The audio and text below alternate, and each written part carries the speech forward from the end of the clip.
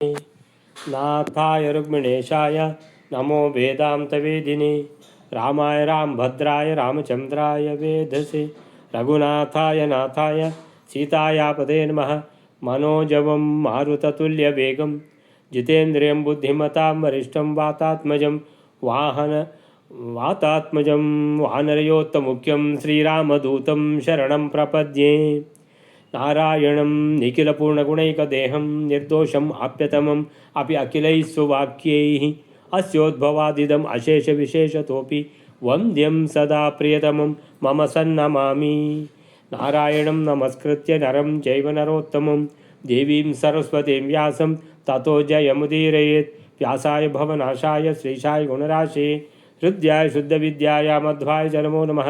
तपस्वाध्याय शुश्रूषा कृष्णपूजारतं मुनिं विश्वेशमिष्टदं वन्दे परिव्राट् चक्रवर्तिनं। श्रीगुरुभ्यो नमः। हरिः ಓಂ. ಈಗ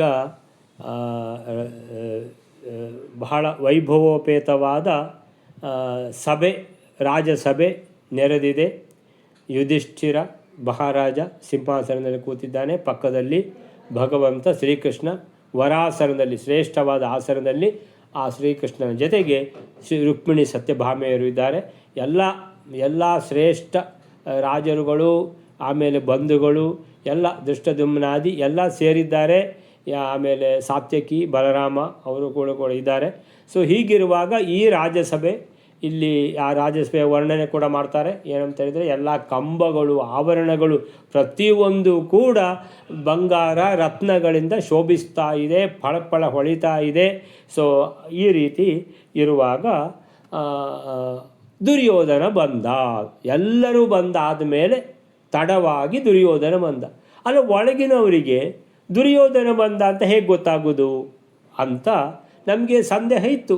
ಅಲ್ಲಿ ದುರ್ಯೋಧನ ಬಂದಾದಮೇಲೆ ಗೋಡೆಯಿಂದ ಹೊಡೆಸಿಕೊಂಡ ಅಂತ ಮತ್ತೆ. ಅಂದರೆ ದುರ್ಯೋಧನ ಬಂದ ಅಂತ ಗೊತ್ತಾದದ್ದು ಹೇಗೆ ಅಂತ ಹೇಳಿದರೆ, ಪಾರದರ್ಶಕ ಗೋಡೆ ಅಲ್ವಾ. ಹೇಗೆ ಹೊರಗಿನವರಿಗೆ ಒಳಗಿನವರು ಕಾಣಿಸಿಕೊಳ್ತಾರೋ ಹಾಗೆ ಒಳಗಿನವರಿಗೆ ಹೊರಗಿನವರು ಕಾಣಿಸಿಕೊಳ್ತಾರೆ. ಖಡ್ಗ ಹಿಡಿದುಕೊಂಡು ದುರ್ಯೋಧನ ಅವನ ತಮ್ಮಂದಿರೊಂದಿಗೆ ಬಂದ ಅಂತ ಅದು ಮೊದಲು ಹೇಳಿದ ಹಾಗೆ. ಯಾಕಂದರೆ ಒಳಗೆ ಕೂತ್ಕೊಂಡು ಹೇಗೆ ಗೊತ್ತಾದದ್ದು ಅವರಿಗೆ ಅಂತ ಹೇಳಿದರೆ, ಈ ಪಾರದರ್ಶಕ ಗೋಡೆಯ ಕಾರಣದಿಂದಾಗಿ. ಸೊ ಆಮೇಲಿಂದ ದುರ್ಯೋಧನ ಬಂದವನಿಗೆ ದ್ವಾರ, ಇಂದ್ರನೀಲ ಮಣಿಯ ಆ ಪ್ರಕಾಶಕ್ಕೆ ಏನಂದ್ರೆ ದ್ವಾರ ಅಂತೇಳಿಯೇ ಗೊತ್ತಾಗಲಿಲ್ಲ ಅವನಿಗೆ. ಆಮೇಲಿಂದ ಗೋಡೆ ಅಂತ ಎಣಿಸ್ಕೊಂಡು ಈ ಕಡೆ ನೋಡುವ ಅಂತ ಹೇಳ್ಕೊಂಡು ಈ ಕಡೆ ಬಂದರೆ, ಇಲ್ಲಿ ಎಲ್ಲ ಕಾಣ್ತದೆ ಒಳಗೆ ಅಂತ ಹೇಳಿದರೆ, ಇಲ್ಲಿ ಗೋಡೆಯೇ ಇಲ್ಲ. ಇದು ವಿಶೇಷ ಸಭಾಂಗಣ, ಇದಕ್ಕೆ ಗೋಡೆನೇ ಇಲ್ಲ. ಮಯಾಸುರ ಆ ರೀತಿ ನಿರ್ಮಾಣ ಮಾಡಿದ್ದಾನೆ. ಗೋಡೆ ಇದ್ದರೂ ಗೋಡೆ ಇಲ್ಲ ಆ ರೀತಿಯಲ್ಲಿ. ಸೊ ಗೋಡೆ ಇಲ್ಲ ಅಂತ ಸೀದಾ ಒಳಗೆ ಹೋಗಲಿಕ್ಕೆ ಪ್ರಯತ್ನ ಮಾಡಿದ್ದಾನೆ. ಹೊಡೆಸಿಕೊಂಡಿದ್ದಾನೆ ಗೋಡೆಯಿಂದ. ಫಟ್ ಅಂತೇಳಿ ಅವನಿಗೆ ಪೆಟ್ಟು ಬಿದ್ದಿದೆ ಮುಖಕ್ಕೆ. ಅಲ್ಲ, ಇಷ್ಟೆಲ್ಲ ಜನ ಒಳಗೆ ಹೋಗಿದ್ದಾರೆ, ಯಾರಿಗೂ ಹೊಡಿಲಿಲ್ಲ, ಇವನಿಗೆ ಮಾತ್ರ ಹೊಡೆದಿದೆ ಯಾಕೆ ಅಂತ ಒಂದು ಪ್ರಶ್ನೆ ಬರ್ತದೆ. ಅಂತೇಳಿದರೆ, ಇವನಿಗೆ ಆ ಸುವರ್ಣದ ಮತ್ತು ರತ್ನಗಳ ರಾಶಿ, ಆ ರಾಜಸ್ವ ಯಾಗದ ವೈಭವ, ಅದರ ಯಶಸ್ಸು, ಆ ಕೃಷ್ಣ ಮತ್ತು ಪರಶುರಾಮ, ವೇದವ್ಯಾಸರು ಹೀಗೆ ಭಗವಂತನ 3 ರೂಪಗಳಲ್ಲಿ ಪ್ರತ್ಯಕ್ಷವಾಗಿ ಇದ್ದದ್ದು, ಕೃಷ್ಣನಿಗೆ ಅಗ್ರಪೂಜೆ ಕೊಟ್ಟದ್ದು ಯಾವುದೂ ಕೂಡ ದುರ್ಯೋಧನನಿಗೆ ಸಹಿಸುವಂಥದ್ದಲ್ಲ. ಅದಲ್ಲದಾಗಿ ಶಿಶುಪಾಲನನ್ನು ಶ್ರೀಕೃಷ್ಣ ಆ ಸುದರ್ಶನ ಚಕ್ರದಿಂದ ಕೊಂದುಬಿಟ್ಟ. ಅಂಥೇಳಿದರೆ ಎಲ್ಲವೂ ಅವನಿಗೆ ಏನಂತ ಹೇಳಿದರೆ ಹೊಟ್ಟೆ ಉರಿಸುವಂಥದ್ದು, ಹೊಟ್ಟೆ ಕಿಚ್ಚಿನಿಂದ ಅವನು ಸರಿ ಇಲ್ಲ ಅನ್ನುವಂಥದ್ದು ಗೊತ್ತಾಗ್ತದೆ. ಅಂದರೆ ಈ ಗೋಡೆ, ಪಾರದರ್ಶಕ ಗೋಡೆ ಅನ್ನುವಂಥದ್ದು ಎಲ್ಲರಿಗೂ ಅದು ಅಪ್ಲಿಕೇಬಲ್. ದುರ್ಯೋಧನನಿಗೆ ಒಬ್ಬನಿಗೆಯ, ಆದರೆ ಅವನಿಗೆ ಮಾತ್ರ ಯಾಕೆ ಹೊಡೀತು ಅಂತೇಳಿದರೆ, ಅವನ ಮನಸ್ಸು ಅವನ ಹತ್ರ ಇಲ್ಲ, ಎಲ್ಲೋ ಹೋಗಿಬಿಟ್ಟಿದೆ, ಅವನ ಮನಸ್ಸು ಕೆಟ್ಟೋಗಿಬಿಟ್ಟಿದೆ. ಆ ಕೆಟ್ಟೋದ ಮನಸ್ಸಿನ ಕಾರಣ ಈ ರೀತಿ ಆಗ್ತಾ ಇದೆ ಅವನಿಗೆ ಅನ್ನುವಂಥದ್ದು ಇದರ ಮುಖ್ಯ ತಾತ್ಪರ್ಯ ಅನ್ನುವಂಥದ್ದು. ಇನ್ನೀಗ ದುರ್ಯೋಧನ ಈ ರೀತಿ ಹೊಡೆಸಿಕೊಂಡದ್ದು ಒಳಗಿನವರಿಗೆ ಗೊತ್ತಾಗಿದೆ ಅಂತ ಲೆಕ್ಕ. ಯಾಕಂತ ಹೇಳಿದರೆ, ಹೊರಗಿನವರಿಗೆ ಒಳಗಿನವರು ಕಾಣಿಸ್ತಾರೆ, ಒಳಗಿನವರಿಗೆ ಹೊರಗಿನವರು ಕಾಣಿಸ್ತಾರೆ. ಅಂದರೆ ಒಳಗಿದ್ದವರಿಗೆ ಎಲ್ಲರಿಗೂ ಈ ದುರ್ಯೋಧನನ ಈ ದುರವಸ್ಥೆ ಅನ್ನುವಂಥದ್ದು ಕಂಡಿದೆ ಅಂತ ಹೇಳುವಾಗ ಮುಂದೇನಾಯಿತು ಅಂತ ನೋಡುವ. ಎಲ್ಲರೇ ಶ್ರೀ ಗುರುಭ್ಯೋ ನಮಃ. ಪ್ರವೇಶ ಏತಾಂ ಚ ಯಮೌ ತಮಾಶು ಸಭಾಂಭುಜೌ ಗೃಹ್ಯ ನೃಪೋಪದಿಷ್ಟೌ ತತ್ರೋಪವಿಶ್ಯ ಕ್ಷಣಮನ್ಯತೋ ಗಾತ್ ಅಮೃಷ್ಯಮಾಣ ಶ್ರಿಯಮೇಷು ದಿವ್ಯಾ. 281ನೇ ಶ್ಲೋಕ. ಈ ದುರ್ಯೋಧನ ದುಷ್ಟನಾದರೂ ಧರ್ಮರಾಜನಾದ ಯುಧಿಷ್ಠಿರನಿಂದ ನಕುಲ ಸಹದೇವರಿಗೆ ಆಜ್ಞೆ ಕೊಡುತ್ತಾನೆ. ಏನೆಂದರೆ ಅವನ ಕೈಯನ್ನು ಹಿಡಿದುಕೊಂಡು ಸಭೆಗೆ ಅವನ ಕರೆದು ತನ್ನಿ ಅಂತ ಹೇಳುತ್ತಾನೆ. ಅದರಂತೆ ನಕುಲ ಸಹದೇವರು ದುರ್ಯೋಧನ ಕೈಗಳನ್ನು ಹಿಡಿದುಕೊಂಡು ಶೀಘ್ರದಲ್ಲಿ ಆ ಸಭೆಯನ್ನು ಪ್ರವೇಶ ಮಾಡಿಸುತ್ತಾರೆ. ಆದರೂ ಕೂಡ ಆ ಸಭೆಯಲ್ಲಿ ದುರ್ಯೋಧನನು ಕ್ಷಣ ಮಾತ್ರದಲ್ಲಿ ಮಾತ್ರ ಕುಳಿತುಕೊಂಡು ಈ ಪಾಂಡವರಲ್ಲಿ ಇರತಕ್ಕಂತಹ ಅಲೌಕಿಕವಾದ ಹೇರಳವಾದ ಸಂಪತ್ತನ್ನು ಸಹಿಸದೇ ಇದ್ದವನಾಗಿ ಬೇರೆ ಕಡೆಗೆ ಹೋಗುತ್ತಾನೆ. ಪ್ರವೇಶಯೇತಾಂ ಚ ಯಮೌ ತಮಾಶು ಸಭಾಂ ಭುಜೌ ಗೃಹ್ಯ ನೃಪೋಪದಿಷ್ಟೌ ತತ್ರೋಪವಿಶ್ಯ ಕ್ಷಣಂ ಅನ್ಯತೋ ಅಗಾತ್ ಅಮೃಷ್ಯಮಾಣಃ ಶ್ರಿಯಮೇಷು ದಿವ್ಯಾಂ. ಪ್ರವೇಶಯೇತಾಂ ಚ ಯಮೌ ತಂ ಆಶು ಸಭಾಂ ಭುಜೌ ಗೃಹ್ಯ ನೃಪ ಉಪದಿಷ್ಟೌ. ಯಮೌ ಅಂತ ಬಂತು. ಯಮೌ ಅಂತೇಳಿದರೆ ಯಮಳಿ ಅಂತೇಳಿದರೆ ಅಮಳಿ ಜವಳಿ. ಯಾರು? ನಕುಲ ಸಹದೇವರು. ಸೊ ನಕುಲ ಸಹದೇವರು ಯಮೌ ಪ್ರವೇಶಯೇತಾಂ ಅವನಿಗೆ ಪ್ರವೇಶ ಮಾಡಿಸಿದರು ಸಭಾಂಗಣದ ಒಳಗೆ. ಹೇಗೆ? ತಂ ಆಶು ಸಭಾಂ ಭುಜೌ ಗೃಹ್ಯ. ಒಬ್ಬರು ಆ ಕಡೆಯಿಂದ ನಕುಲ ಆ ಕಡೆಯಿಂದ ಅವನ ಕೈ ಹಿಡ್ಕೊಂಡಿದ್ದಾನೆ, ಸಹದೇವ ಈ ಕಡೆಯಿಂದ ಅವನ ಕೈ ಹಿಡ್ಕೊಂಡಿದ್ದಾನೆ. ಹಿಡ್ಕೊಂಡು ಬನ್ನಿ ಬನ್ನಿ ಬನ್ನಿ, ಅಯ್ಯೋ ನಿಮಗೆ ಕನ್ಫ್ಯೂಷನ್ ಆಯಿತಾ, ನಿಮಗೆ ಗೊತ್ತಾಗಲಿಲ್ವಾ ಅಂತೇಳಿಬಿಟ್ಟು ಉಪಚಾರ ಮಾಡಿಕೊಂಡು ದುರ್ಯೋಧನನ್ನು ಒಳಗೆ ಕರ್ಕೊಂಡೋದ್ರು. ಈ ಜಾಸ್ತಿ ಎಲ್ಲ ಈ ಸರಾಯಿ ಎಲ್ಲ ಕುಡಿತಾರಲ್ವ, ಅವರಿಗೆ ಅಮಲ್ನಲ್ಲಿ ಯಾವುದು ಏನು ಅಂತ ಗೊತ್ತಾಗೋದಿಲ್ಲ. ಈಗ ಮೊದಲೆಲ್ಲ ಸರಾಯಿ ಕುಡಿದವರು ಮಾತ್ರ ಅಂತಿತ್ತು. ಈಗ ಕಾಲೇಜಿಗೆ ಹೋಗುವ ಮಕ್ಕಳು ಕೂಡ ಡ್ರಗ್ಸ್ ತಗೊಂಡು ಅವರು ಕೂಡ ಅದೇ ಥರ ಇರ್ತಾರೆ. ಅವರಿಗೂ ಕೂಡ ಏನೂ ಕಾಣೋದಿಲ್ಲ. ಆ ಕಡೆಯಿಂದ ಒಂದು ಆ ಕೈಯಿಂದ ಒಬ್ಬ ಹಿಡ್ಕೊಳ್ತಾನೆ, ಈ ಕೈಯಿಂದ ಒಬ್ಬ ಹಿಡ್ಕೊಳ್ತಾನೆ. ಹೆಣ್ಣುಮಕ್ಕಳದು ಇಂಥದ್ದು ಅವಸ್ಥೆ ಎಲ್ಲ ನಿಮಗೆ ನೋಡಲಿಕ್ಕೆ ಸಿಗ್ತದೆ. ಸೊ ಇದು ನಮ್ಮ ಆಧುನಿಕ ಪ್ರಪಂಚದ ಸಿಸ್ಟಮ್. ಸೊ ಹೀಗೆ ದುರ್ಯೋಧನನನ್ನು ಏನು ಮಾಡಿದರು ಅಂದರೆ ನಕುಲ ಸಹದೇವರು ಸೊ ಈ ಕಡೆಯಿಂದ ಒಬ್ಬ ಆ ಕಡೆಯಿಂದ ಒಬ್ಬ ಅವನನ್ನು ಹಿಡ್ಕೊಂಡು ಪ್ರವೇಶ ಏತಾಂ ಅವನಿಗೆ ಪ್ರವೇಶ ಮಾಡಿಸಿದರು.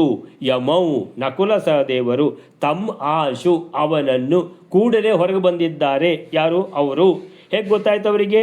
ಸಭಾಂ ಭುಜೌ ಗೃಹ್ಯ ಸಭಾಂ ಪ್ರವೇಶ ಏತಾಂ ಸಭಾಂಗಣಕ್ಕೆ ಪ್ರವೇಶ ಮಾಡಿಸಿದ್ದಾರೆ. ಭುಜೌ ಗೃಹ್ಯ ಎರಡು ಭುಜಗಳನ್ನು ಹಿಡ್ಕೊಂಡು, ಅಂದರೆ ಒಂದು ಭುಜ ನಕುಲ ಹಿಡ್ಕೊಂಡು ಇನ್ನೊಂದು ಭುಜ ಸಹದೇವ ಹಿಡ್ಕೊಂಡು, ಭುಜವು ಎರಡು. ಸೊ ಯಮೌ ಅಲ್ಲಿ ಸಹ ಎರಡು. ಸೊ ನಕುಲ ಸಹದೇವರು ಇಬ್ಬರು, ಭುಜಗಳು ಎರಡು. ಸೊ ಗೃಹ್ಯ ಅಂದರೆ ಹಿಡ್ಕೊಂಡು. ನೃಪ ಉಪದಿಷ್ಟವು. ನೃಪ ಉಪದಿಷ್ಟವು ಅಂದರೆ ನೃಪ ಒಳಗಿಂದ ಇರುವಂಥ ಸಿಂಹಾಸನದಲ್ಲಿ ಕೂತಂಥ ಧರ್ಮರಾಜನಿಗೆ ಈ ದುರ್ಯೋಧನನ ಅವಸ್ಥೆ ಕಾಣಿಸಿದೆ. ಅಂದರೆ ಎಷ್ಟು ಒಂದು ಭವ್ಯವಾದ ಒಂದು ಸಭಾಂಗಣ ಅಂತ ನೋಡಿ. ಅಂದರೆ ಸಭೆಯ ಒಳಗಿಂದ ಸಿಂಹಾಸನದಲ್ಲಿ ಕೂತಂಥ ರಾಜನಿಗೆ ಯಾವ ಗೋಡೆಯಲ್ಲಿ ಯಾರು ಹೊಡೆಸಿಕೊಂಡಿದ್ದಾರೆ ಅಂತ ಗೊತ್ತಾಗತ್ತೆ ಅಂತ ಹೇಳಿದರೆ ಎಲ್ಲವೂ ಕಾಣ್ತದೆ. ಸೊ ಈ ರೀತಿಯಲ್ಲಿ ಧರ್ಮರಾಜ ಕೂಡಲೇ ಹೇಳಿದ್ದಾನೆ ನಕುಲ ಸಹದೇವರಿಗೆ, ಹೋಗಿ ಅವನನ್ನು ಕರ್ಕೊಂಡು ಬನ್ನಿ, ಅವನಿಗೇನೋ ಕಾಣಿಸ್ತಾ ಇಲ್ಲ. ಸೊ ನೃಪ ಉಪದಿಷ್ಟವು. ನೃಪ ಅಂದರೆ ಯುಧಿಷ್ಠಿರ ರಾಜ. ಉಪದಿಷ್ಟವು ಅಂತೇಳಿದರೆ ಆದೇಶ ಮಾಡುವಂಥದ್ದು. ಆದಿಷ್ಟವು ಉಪದಿಷ್ಟವು ಅಂದರೆ ಉಪ ಅಂತೇಳಿದರೆ ಹತ್ತಿರ. ಸೊ ಹತ್ತಿರದ ಆದೇಶ ಅಂತೇಳಿದರೆ ಕೂಡಲೇ ಆದೇಶ ಮಾಡಿದ್ದಾನೆ ಧರ್ಮರಾಜ, ಅವನನ್ನು ಕರ್ಕೊಂಡು ಬನ್ನಿ. ಯಾರನ್ನು? ದುರ್ಯೋಧನನನ್ನು. ಸೊ ಆಯಿತಾ? ಅಂದರೆ ಹೇಗದು? ಇದು ಪಾರದರ್ಶಕವಾದ ಈ ಗೋಡೆ ಆದ್ದರಿಂದ ಅವನಿಗೆ ಒಳಗಿಂದ ಹೊರಗಿಂದ ನಡೆಯುವಂಥದ್ದೆಲ್ಲ ಕಾಣಿಸಿಕೊಂಡಿದೆ ಅಂತೇಳಿದರೆ, ಈಗಾದರೆ ಎಲ್ಲ ಇದು CCTV ಅಂತ. ಸೊ ಇದು ಮಯಾಸುರನಿಗೆ CCTV ಅವಶ್ಯಕತೆ ಇಲ್ಲ. ಸೊ ಎಲ್ಲದಕ್ಕೆ ಹೊರಗಡೆ ಇದ್ದದ್ದು ಎಲ್ಲ ಒಳಗಡೆ ಕಾಣಿಸ್ತದೆ, ಒಳಗಡೆ ಇರೋರೆಲ್ಲ ಹೊರಗಡೆ ಇದ್ದವರಿಗೆ ಕಾಣಿಸ್ತಾರೆ. ಏನು ವ್ಯವಸ್ಥೆ ಅಂತ ನೋಡಿ. ಸೊ ತತ್ರ ಉಪವಿಶ್ಯ ಆಯಿತು, ದುರ್ಯೋಧನನ್ನು ಕರ್ಕೊಂಡೋಗಿ ಒಳಗೆ ಕೂರಿಸಿದ್ದಾರ ಅಂತಾಯಿತು. ತಡವಾಗಿ ಬಂದಿದ್ದಾನೆ, ಅಂದರೆ ಈ ರೀತಿ ದುರವಸ್ಥೆ ಮಾಡಿಕೊಂಡು ಬಂದಿದ್ದಾನೆ. ಎಲ್ಲೆಲ್ಲ ಹೊಡ್ಕೊಂಡಿದೆ, ಎಲ್ಲಿ ಹಲ್ಲು ಎಷ್ಟು ಹಲ್ಲು ತುಂಡಾಗಿದೆಯಾ ಏನು ಸಂಗತಿ ಅಂತ ಗೊತ್ತಿಲ್ಲ. ಸೊ ಒಳಗಿಂದ ಕೂತಿದ್ದಾನೆ. ತತ್ರ ಉಪವಿಶ್ಯ ಅಂದರೆ ಅವನನ್ನು ಕೂರಿಸಿ ಹೋಗಿದ್ದಾರೆ. ತತ್ರ ಅಂದರೆ ಸಭಾಂಗಣದಲ್ಲಿ, ಉಪವಿಶ್ಯ ಕೂರಿಸಿದ್ದಾರೆ ಅಂದರೆ ಕೂತು, ಉಪವಿಶ್ಯ ಕುಳಿತುಕೊಂಡು, ಉಪವಿಶತಿ ಅಂದರೆ ಕುಳಿತುಕೊಳ್ಳುವಂಥದ್ದು. ಉಪವಿಶತಿ, ಉಪವಿಶತಃ, ಉಪವಿಶಂತಿ. ಸೊ ಉಪವಿಶತಿ. ಸೊ ಪ್ರವಿಶತಿ ಅಂತೇಳಿದರೆ ಪ್ರವೇಶ ಮಾಡಿದ್ದಾರೆ ಅಂತ ಅರ್ಥ. ಪ್ರವಿಶತಿ, ಪ್ರವಿಶತಃ, ಪ್ರವಿಶಂತಿ. ಪ್ರವಿಶತಿ ಏಕವಚನ, ಪ್ರವಿಶಂತಿ ಬಹುವಚನ. ಅದು ಪ್ರವೇಶ ಮಾಡಿದರು. ಇದು ಉಪವಿಶತಿ. ಸೊ ಇದು ಪ್ರವಿಶತಿ ಅಲ್ಲ, ಉಪವಿಶತಿ. ಉಪವಿಶತಿ ಅಂದರೆ ಕೂತ್ಕೊಳ್ಳುವಂಥದ್ದು. ಉತ್ತಿಷ್ಠತು, ಉಪವಿಶತು ಅಂದರೆ ಪ್ರಾಧ್ಯಾಪಕರು ಮಕ್ಕಳಿಗೆ ಹೇಳೋದು. ಉಪವಿಶತು ಅಂದರೆ ಕೂತ್ಕೋ. ಆಮೇಲೆ ಉತ್ತಿಷ್ಠತು ಅಂದರೆ ಎದ್ದು ನಿಲ್ಲು, ಸ್ಟ್ಯಾಂಡಪ್ ಅಂತ ಹೇಳೋದಿಲ್ವ, ಸ್ಟ್ಯಾಂಡಪ್ ಅಂತ ಈ ರೀತಿ. ಸೊ ಆಯಿತಾ. ಸೊ ಹೀಗೆ ಅವನನ್ನು ಕೂರಿಸಿ ಹೋಗಿದ್ದಾರೆ. ಅವನು ತತ್ರ ಉಪವಿಶ್ಯ, ಆ ಸಭಾಂಗಣದಲ್ಲಿ ಕೂತಿದ್ದಾನೆ. ಕೂತು, ಉಪವಿಶ್ಯ, ಕ್ಷಣಂ ಅಂದರೆ ಕ್ಷಣಕಾಲ ಮಾತ್ರ ಕೂತಿದ್ದಾನೆ. ಯಾಕೆ? ಎದುರುಗಡೆಯಿಂದ ಆ ಕೃಷ್ಣನ ವೈಭವ, ಆ ರುಕ್ಮಿಣಿ ಸತ್ಯಭಾಮೆಯರು ಎಲ್ಲ ಕೂತದ್ದು ಅಂದರೆ ಇವನಿಗೆ ಅದನ್ನು ನೋಡಿ ಸಹಿಸಿಕೊಳ್ಳಿಕ್ಕಾಗೋದಿಲ್ಲ. ಅಯ್ಯೋ ಇಲ್ಲಿ ಯಾಕೆ ನಾನು ಬಂದೆಪ್ಪ ಇಲ್ಲಿ ಅಂತೇಳಿದರೆ ಎಲ್ಲವೂ ಅವನಿಗೆ ಹೊಟ್ಟೆ ಕಿಚ್ಚಿನಿಂದ ಯಾವುದಂದರೆ ಈ ಹೊಟ್ಟೆ ಕಿಚ್ಚಿ ಇರುವವರಿಗೆ ಅವ್ರದ್ದು ಜೀವನ ಎಷ್ಟು ಕಷ್ಟ ಅಂತ ನೋಡಿ. ಸೊ ಅಂದರೆ ಅದೇ ಸರಳವಾಗಿ ಇರುವವರಿಗೆ ಏನು ತೊಂದರೆ ಇಲ್ಲ, ಏನು ಬೇಕಾದರೆ ಆಗಲಿ, ಖುಷಿಯಾಗಿ ಸಂತೋಷವಾಗಿರ್ಲಿಕ್ಕಾಗುತ್ತೆ. ಇವರಿಗೆ ಸಂತೋಷವೇ ಇಲ್ಲ. ಯಾಕಂತ ಹೇಳಿದರೆ ಇನ್ನೊಬ್ಬರ ಅಭಿವೃದ್ಧಿಯನ್ನು ಅದನ್ನು ನೋಡಿ ಸಹಿಸ್ಲಿಕ್ಕಾಗೋದಿಲ್ಲ. ನೋಡಿ ಅಂದರೆ ಯಾವಾಗ ನೋಡಿದರೆ ಹೊಟ್ಟೆವರಿಗೆ ಆಗ್ತಾನೇ ಇರ್ತದೆ, ಅಂದರೆ ಅವರಿಗೆ ಸಂತೋಷವೇ ಇಲ್ಲ ಜೀವನದಲ್ಲಿ. ಸೊ ಇಂತಹ ದುರ್ಯೋಧನನ ದುರವಸ್ಥೆ. ತತ್ರ ಉಪವಿಶ್ಯ, ಅಲ್ಲಿ ಸಭೆಯಲ್ಲಿ ಕೂತು, ಕ್ಷಣಕಾಲ ಮಾತ್ರ ಕೂತು, ಅನ್ಯತೋ ಅಗಾತ್ ಹೊರಟು ಬಿಟ್ಟ. ಎಲ್ಲಿಗೆ ಹೋಗಿದ್ದಾನೆ ಅಂದರೆ ಇಲ್ಲಿ ಕೂತ್ಕೊಳ್ಳಿಕ್ಕೆ ಆಗೋದಿಲ್ಲ ರೀ, ಏನು ಮಾಡೋದು ಅಂತೇಳಿದರೆ ನಮಗೆ ಈಗ ಒಂದು ಕಡೆಗೆ ಹೋದರೆ ಸಿಕ್ಕಾಪಟ್ಟೆ ಸೆಕೆ ಆಗ್ತಾಯಿದೆ, ಅಲ್ಲಿ ಫ್ಯಾನು ಇಲ್ಲ, ಎ ಸಿ ಇಲ್ಲ, ಏನಿಲ್ಲ ಅಂತೇಳಿದರೆ ಏನಾದರೂ ಸ್ವಲ್ಪ ಗಾಳಿ ಬರುವಲ್ಲಿಗೆ ನಾವು ಹೊರಟು ಹೋಗೋದಿಲ್ವ? ಆ ಥರ ಏನು ಮಾಡಿದ್ದಾನೆ ದುರ್ಯೋಧನ, ಹೊರಟು ಹೋಗಿದ್ದಾನೆ. ಇಲ್ಲಿ ಬೇಡ, ಕೂತ್ಕೊಳ್ಳಿಕ್ಕೆ ಆಗೋದಿಲ್ಲ ಅಂಥೇಳಿ. ಕ್ಷಣಂ ಅನ್ಯತೋ ಅಗಾತ್. ಅನ್ಯತ ಅಂದರೆ ಬೇರೆ ಕಡೆಗೆ, ಅಗಾತ್ ಅಂದರೆ ಹೊರಟು ಹೋದ. ಅಯ್ಯೋ ಎಲ್ಲಿಗೆ ಹೋದಪ್ಪ ಇವ? ಪುನಃ ಇನ್ನಿಗೆ ಧರ್ಮರಾಜ ಯಾರನ್ನಾದರೂ ಕಳಿಸ್ತಾನೆ. ಯಾಕಂತೇಳಿದ್ರೆ ಇವನು ಇನ್ನೆಲ್ಲಿ ಹೊಡೆಸ್ಕೊಳ್ತಾನೋ, ಎಲ್ಲಿ ಬಾಗಿಲಿದೆ, ಎಲ್ಲಿ ಗೋಡೆ ಇದೆ ಒಂದು ಗೊತ್ತಾಗ್ತಾ ಇಲ್ಲ.